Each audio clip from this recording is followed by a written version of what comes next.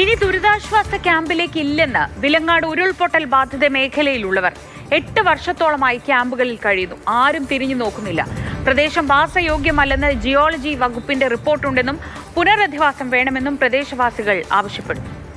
2024 വിലങ്ങാട് ഉരുൾപൊട്ടൽ ഉണ്ടായ സമയത്ത് വിലങ്ങാടിന് ചെറിയൊരു പാക്കേജ്, വിലങ്ങാട് പാക്കേജ് എന്നും പറഞ്ഞുകൊണ്ട് ഒരു സംഭവം ഉണ്ടായിരുന്നു. പക്ഷെ അതിൽ പോലും ഞങ്ങളുടെ പ്രദേശത്തുള്ളവരെ ഉൾപ്പെടുത്തിയിട്ടില്ലെന്നുള്ളതാണ്. ഇനിയെങ്കിലും ഞങ്ങളെ ആ രീതിയിൽ ഉൾപ്പെടുത്തിക്കൊണ്ട് ഞങ്ങൾക്ക് എന്തെങ്കിലും ഒരു പുനരധിവാസം ചെയ്തു തരണമെന്നാണ് പറയാനുള്ളത്. ദുരിതബാധിത പ്രദേശമായിട്ട് നരിപ്പറ്റ പഞ്ചായത്തിനെ മാറ്റിയിട്ടുണ്ട്. അതിൽ 3-ാം വാർഡ്, ഞങ്ങൾ 3-ാം വാർഡിൽ പെട്ടവരാണ് ഈ ക്യാമ്പിൽ കിടക്കുന്നത്. അപ്പം അതുകൊണ്ട് ഞങ്ങൾക്ക് വേറെ ഒരു നേട്ടവും കിട്ടിയിട്ടില്ല. ഞങ്ങൾക്ക് നഷ്ടം മാത്രമേ ഉള്ളൂ. കാരണം നമുക്കൊരു സംഗതിയും, ഞങ്ങളുടെ സ്ഥലം വിൽപ്പനകളാണെങ്കിലും നടക്കുന്നില്ല. മക്കളുടെ ഭാവി ഇതെല്ലാം ഞങ്ങൾക്ക് വലിയ പ്രശ്നമാണ്. മുഹമ്മദ് ഷഹീദ് വിവരങ്ങളുമായി. ഷഹീദ്, വിലങ്ങാട്ടുകാരുടെ ദുരിതം ഇന്നോ ഇന്നലെയോ തുടങ്ങിയതല്ല. അവർ പറയുന്നതെല്ലാം ശരിയാണ്. ഓരോ മഴക്കാലത്തും ഇതേ ആധി, ഇതേ അനുഭവങ്ങൾ. അപ്പോൾ സ്വാഭാവികമായും അവരുടെ ഭാഗത്തുനിന്ന് പ്രതിഷേധം ഉണ്ടാവും ചെയ്യും. അവരെന്താണ് ആവശ്യപ്പെടുന്നത്? എന്താണ് ഇവരുടെ ആവശ്യങ്ങളോട് സർക്കാരിന്റെ ഒരു നിലപാട്? ശ്രീജ, വിലങ്ങാട് പ്രദേശം 2024 അതിരൂക്ഷമായ ഉരുൾപൊട്ടൽ, ചൂരൽമല അപകടത്തിൻ്റെ അന്നേ ദിവസം തന്നെയാണ് വിലങ്ങാടും അപകടമുണ്ടായത്, ഉരുൾപൊട്ടലുണ്ടായത്.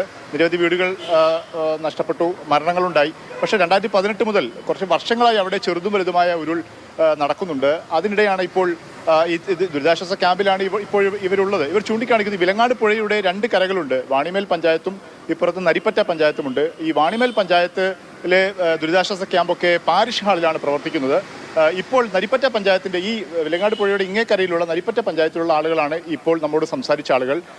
ഇവരുടെ ഈ ദുരിതം കേൾക്കാൻ ആരും തയ്യാറാകുന്നില്ല. ജനപ്രതിനിധികളോ ഭരണകൂട സംവിധാനങ്ങളോ ഒന്നും ഇവരുടെ ക്യാമ്പിലേക്ക് എത്തുന്നില്ല എന്നുള്ളതാണ്.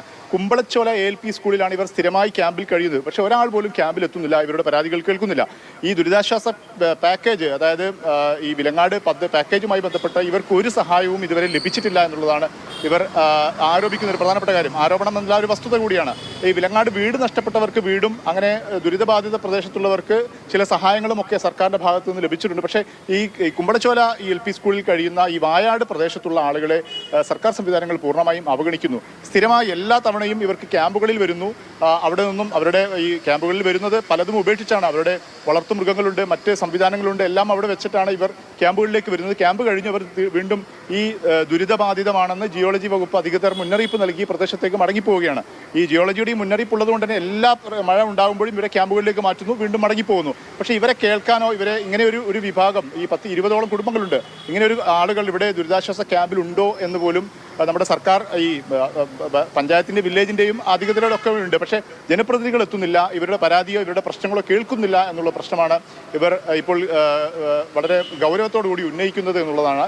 ഇവരുടെ ഈ ദുരിതബാധിത പ്രദേശത്തെ ഈ ഏത് നിമിഷവും അപകടമുണ്ടാകുമെന്ന് ജിയോളജി വകുപ്പ് പറഞ്ഞ സ്ഥലത്ത് ഇവർക്ക് ഭയത്തോടെ കൂടി കഴിയേണ്ടി വരുന്നു എന്നുള്ളതാണ് ഇവർ പറയുന്നൊരു കാര്യം. അതുകൊണ്ട് ഇപ്പോഴും ഇവർ പറയുന്നത്, ഇനി ഇങ്ങനെ ഒരു സാഹചര്യം ഉണ്ടായിക്കഴിഞ്ഞാൽ ഇനി ക്യാമ്പുകളിലേക്ക് ഞങ്ങൾ വരുന്നില്ല, വന്നതുകൊണ്ട് ഞങ്ങളെ കേൾക്കാനോ ഞങ്ങളെ പ്രശ്നങ്ങൾ അറിയാനോ ഒന്നും ആരും ശ്രമിക്കുന്നില്ല. ഇനി ഞങ്ങളുടെ വീടുകളിൽ തന്നെ കഴിയുകയാണ്. പക്ഷേ അത് അപകടകരമായൊരു കാര്യമാണ് അവർ പറയുന്നത്. പക്ഷേ അവിടെ കിടന്ന് അപകടത്തിൽപ്പെട്ടാലും കുഴപ്പമില്ല എന്നുള്ളൊരു നിലപാടിലേക്ക് അവർ പോവുകയാണ് എന്നുള്ളതാണ്. അതായത് വലിയൊരു നിരാശ ഇവരെ ബാധിച്ചിരിക്കുന്നു എന്നുള്ളതാണ്.